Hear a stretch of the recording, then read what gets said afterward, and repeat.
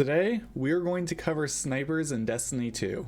If you just want to see the best in element options, then skip to that timestamp in the description below. We got a lot of information to go over here, so let's get started. This is also going to include the sniper buffs to Whisper and DARCI in the December 7th patch. Starting with the frame viability, these are the base numbers for each frame and exotic with no modifiers taken into effect. Damage is taken from Kali, and this is just to give a rough idea of how each frame and exotic performs. Starting with aggressive frames, these are the 72 RPM snipers that have a base magazine of 3 and a max of 5. They deal 8.3k average DPS and 158.7k total damage. The pros are high total damage and they're easy to control, with the cons being that it just has the lowest DPS. Adaptive frames are the 90 RPM snipers that have a base magazine of 4 with a max of 7. They deal 8.7k average DPS,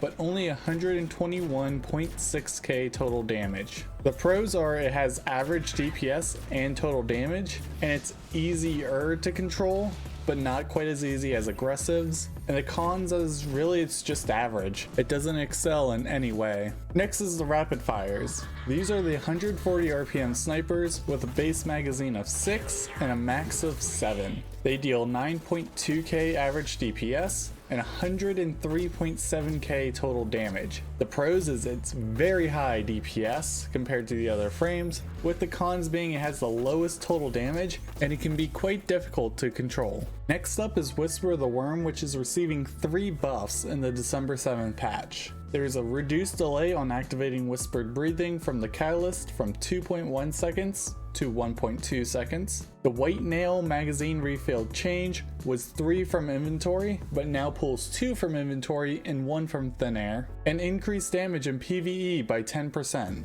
It is a 72 RPM sniper with a base magazine of 3, technically infinite with White Nail, deals 20.5k average DPS and 427.9k total damage. The pros are high total damage, high DPS, and easy to control, with the cons being requiring hitting all crits and requires pre-aiming for that optimal DPS. DARCI is another exotic that is getting a buff in the December 7th patch.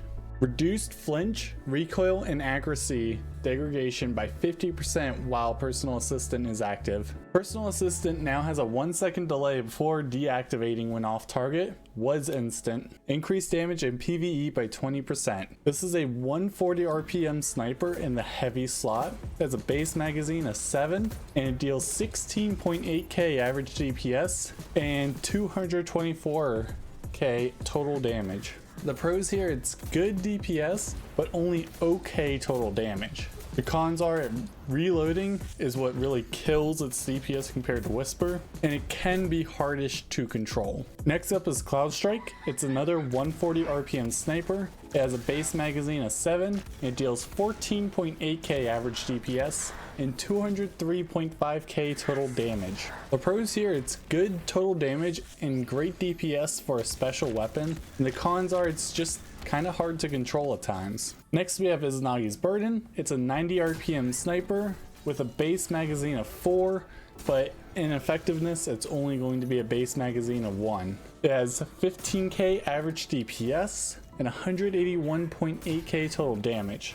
The pros here, it's very high burst damage, good total damage, and great DPS. It's also very easy to control. And the only con here is very slow reload speed that cannot be buffed. And finally we have Borealis. It is another 72 RPM sniper with a base magazine of 5 and 9k average DPS. It deals 151.1k total damage, with the pros that it can break any type of shield. And the DPS after breaking a shield is good, but only lasts for the rest of that single mag. The cons are it has very poor base DPS for an exotic with okay total damage. Now for the perk viability. This will be a quick rundown of mods, barrels, magazines, and perks that I see as good options for snipers.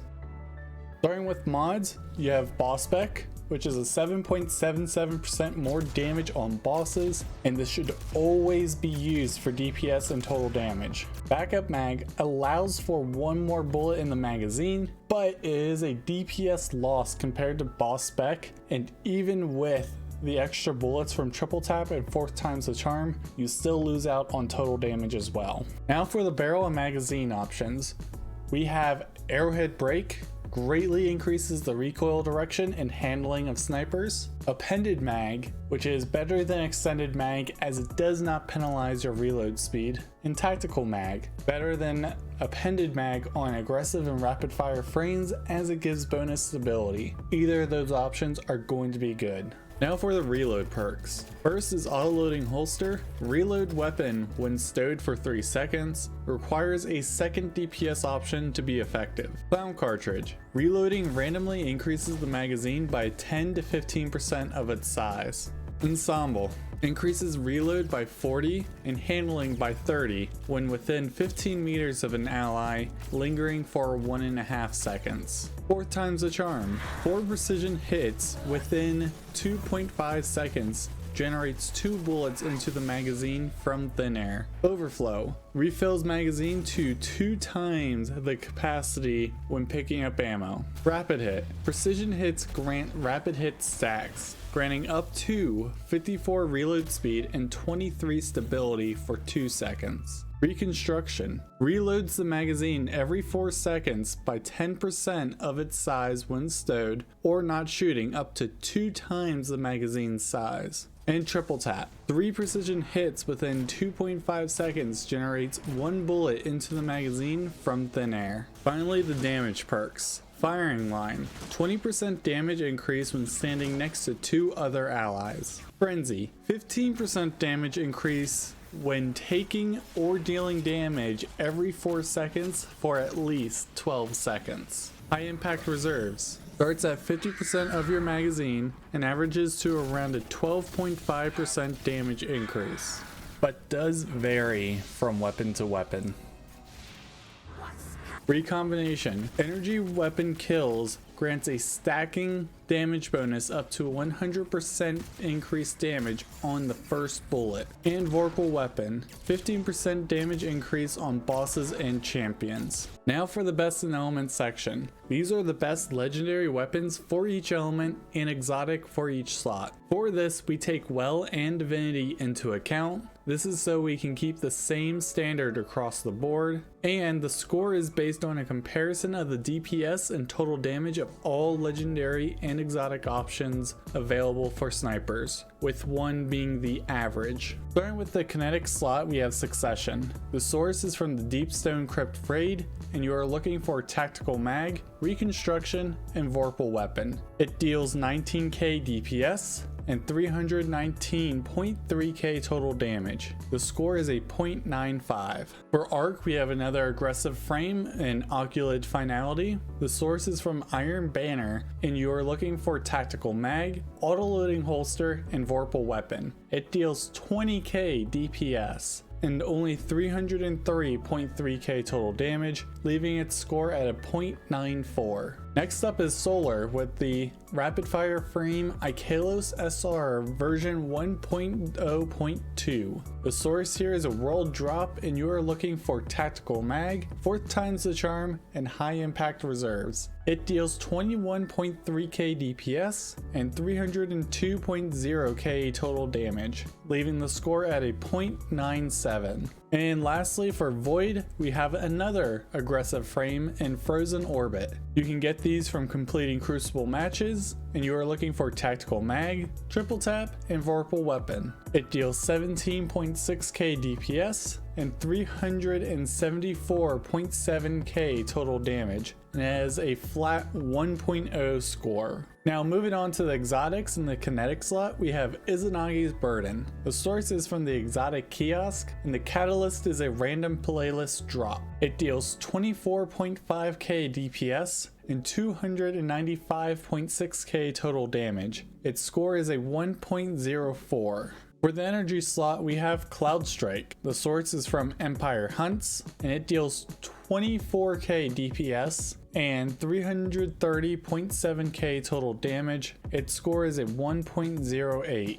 And finally, in the heavy slot, everyone probably guessed it, it's Whisper of the Worm. The source is the exotic kiosk, and the catalyst is currently unavailable if you did not get it beforehand. It should be coming back in Witch Queen. It deals 33.3k DPS and 694.2k total damage, and its score compared to the other snipers is a whopping 1.87. It is clearly the king of snipers, but during the season, Sleeper is just edging it out on total damage and DPS after its buffs. But they're almost effectively tied in ranking, and honestly, just use Sleeper for this season. However, after Season of the Lost, Whisper is going to be the best range exotic DPS unless you count Deathbringer. But that rocket requires Perfect Blade to achieve that DPS, and that's honestly, just use Whisper. It's going to be much easier. And now for the methodology section. This section is to explain how I perform my testing and ranking in detail.